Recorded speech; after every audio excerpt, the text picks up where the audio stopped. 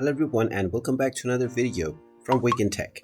In this video, I'm going to show you how to download and install the Tango application on your iOS device. So let's get started right away. First of all, open up the iOS App Store on your device. And once you open it up, tap on the search box. And once you open it up, just tap on the search box and then type in Tango and start your search.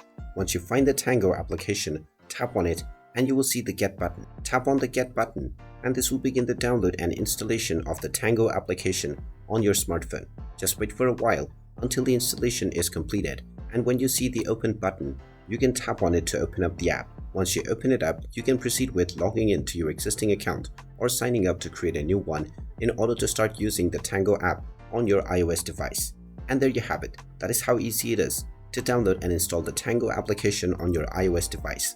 If you find this video helpful, make sure you hit that like button and subscribe to our channel if you haven't done so already. Also ring that notification bell to never miss another update from us. Thank you for watching and I will see you again in the next video.